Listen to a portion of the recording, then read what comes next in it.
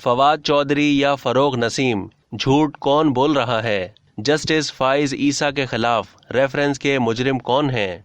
तजियाकारों ने कहा कि फवाद चौधरी, शीरी मज़ारी और फरोग नसीम किसी की भी कोई साख नहीं है।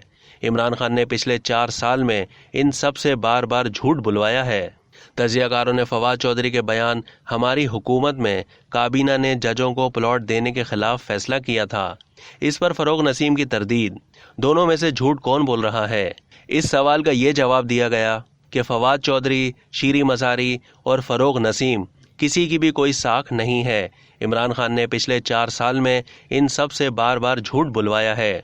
एक दूसरे सवाल पर तजियाकारों ने कहा कि तोशा खाने का मामला करप्शन का नहीं, अखलाकियात का है। सलीम साफ़ी ने कहा कि फवाद चौधरी, शीरी मज़ारी और फरोग नसीम किसी की भी कोई साख नहीं है। इमरान खान ने पिछले 4 साल में इन सब से बार बार झूठ बुलवाया है।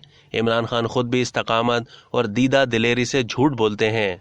जस्टिस काजी फाइज ईसा के खिलाफ रेफरेंस के मुजरिम इमरान खान और आरिफ अलवी हैं। सदर आरिफ अलवी ने सोचे समझे बगैर सिर्फ डाकखाना बनकर एक मुअज़्ज़ज़ जज के खिलाफ रेफरेंस भेजा। शहजाद इकबाल का कहना था कि इमरान खान, शहजाद अकबर और फरोग नसीम समेत पूरी काबीना जस्टिस काजी फाइज ईसा के खिलाफ केस बनाने पर मुत्तफिक थी। पिछले 4 साल इमरान खान को कठपुतली करार दिया जाता रहा।